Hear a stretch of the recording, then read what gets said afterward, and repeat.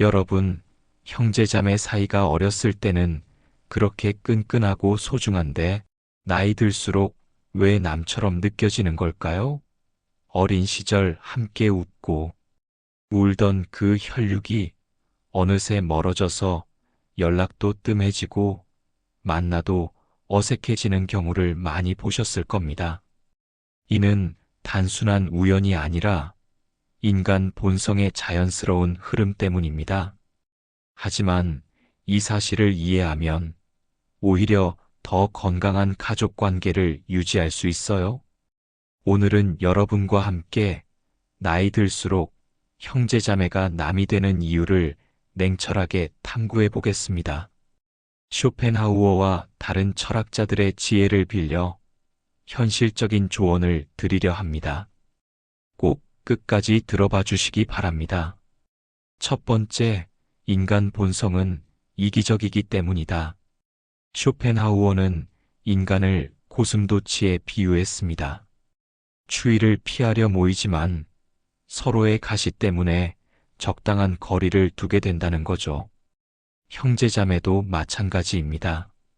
어렸을 때는 부모의 보호 아래에서 서로 의지하지만 나이 들면 각자의 삶이 우선시됩니다. 결혼, 직장, 자녀 양육 같은 개인적인 이익이 앞서면서 가족이라도 내 것을 지키려는 본능이 작용합니다.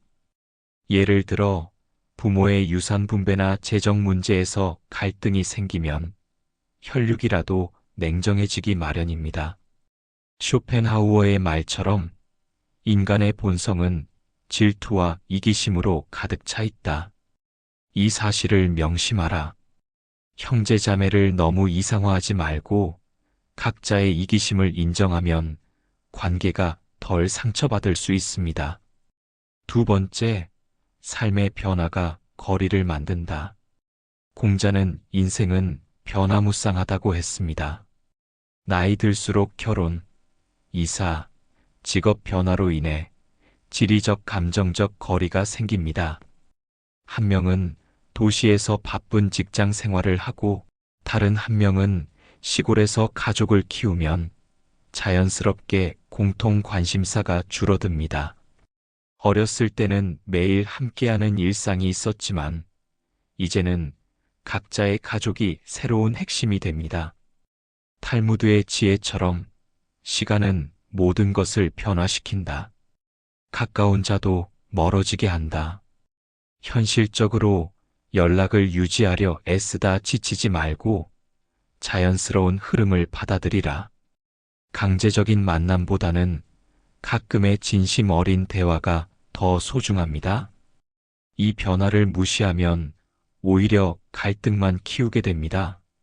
세 번째, 과거의 상처가 누적된다. 플라톤은 인간의 기억은 영혼의 짐이라고 표현했습니다. 어렸을 때의 사소한 다툼이나 불공평한 대우가 나이 들수록 더 크게 느껴집니다. 예를 들어 부모가 한 형제에게 더 애정을 쏟았다면 그 원망이 세월이 지나면서 증폭되어 남처럼 느껴지게 합니다. 쇼펜하우어의 관점에서 보자면 인간은 본능적으로 과거의 고통을 잊지 않고 그것을 관계의 장애물로 삼습니다. 상처는 시간이 지나도 사라지지 않고 오히려 뿌리를 내린다는 격언처럼 말입니다. 이를 극복하려면 과거를 털어내는 용서의 시간을 가져라. 하지만 강요하지 말고 각자 성찰하는 것이 현명합니다. 명심하라. 억지 용서는 더 큰 원한을 부를 뿐입니다. 네 번째, 독립성과 자아 중심이 강해진다. 다산 정약용은 나이 들수록 홀로 서는 법을 배워야 한다고 조언했습니다. 젊을 때는 가족이 삶의 중심이지만 나이 들면 각자의 자아가 더 중요해집니다. 형제자매도 예외가 아닙니다. 각자가 자신의 가정을 꾸리고 취미나 가치관이 달라지면서 남처럼 느껴집니다. 예를 들어 정치적 견해, 차이로 대화가 불편해지거나 생활 패턴이 맞지 않아 만남이 줄어듭니다. 쇼펜하우어의 말처럼 고독은 뛰어난 정신의 운명입니다. 이 독립성을 인정하면 강제적인 유대보다는 자연스러운 거리가 행복을 가져옵니다. 억지로 가까워지려 하지 말고 각자의 삶을 존중하라. 이는 관계를 더 건강하게 만듭니다. 5번째, 질투와 비교가 작용한다. 탈무드에는 질투는 뼈를 썩히는 독이라는 말이 있습니다. 나이 들수록 형제자매의 성공이나 실패를 비교하게 됩니다. 한 명이 부유해지면 다른 한 명은 질투를 느끼고 이는 관계를 멀어지게 합니다. 쇼펜하우어는 인간 본성을 질투의 동물로 봤습니다. 어렸을 때는 이런 비교가 덜했지만 나이 들면 사회적 성취가 뚜렷해지면서 더 강해집니다. 예를 들어, 왜 너는 성공했는데 나는 아니야? 라는 생각이 쌓이면 만나도 어색해집니다. 타인의 행복이 내 불행을 키운다는 철학처럼 말입니다. 이를 피하려면 비교를 멈추고 각자의 길을 축하하라. 명심하라. 질투는 관계를 나무로 만드는 가장 큰 적입니다. 6번째, 감정적 피로가 쌓인다. 니체는 인간관계는 에너지를 소모한다고 했습니다. 나이 들수록 삶의 스트레스가 늘면서 형제자매와의 관계도 부담으로 느껴집니다. 어렸을 때는 무조건적인 지지가 가능했지만 이제는 각자의 문제 건강, 재정, 자녀 교육가 우선입니다.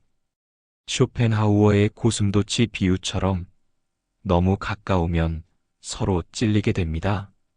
예를 들어 한 명이 도움을 자주 요청하면 다른 한 명은 피로를 느끼고 거리를 둡니다.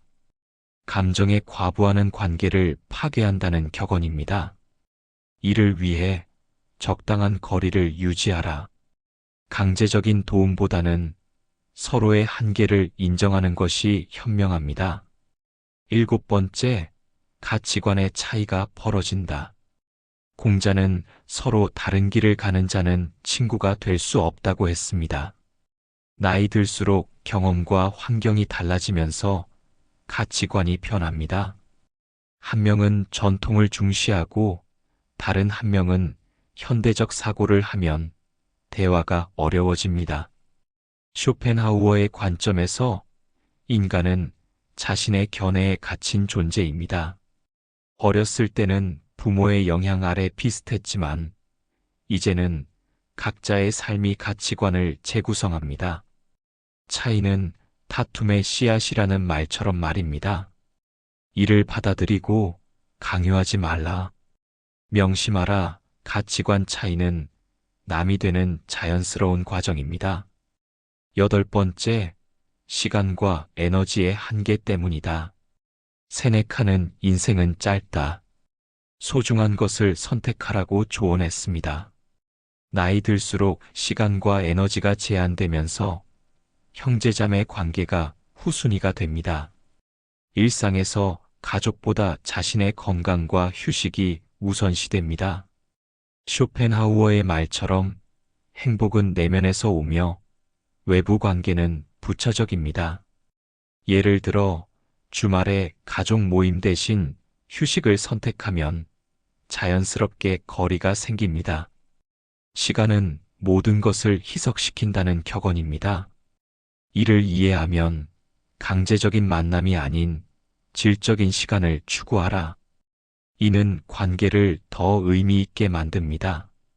9번째, 감정의 변화를 인정하지 않기 때문이다. 플라톤은 변화는 영원한 법칙이라고 했습니다. 나이 들수록 감정이 덜 강렬해지면서 어렸을 때의 애정이 희미해집니다. 하지만 이를 부정하고 억지로 유지하려 하면 오히려 갈등이 생깁니다.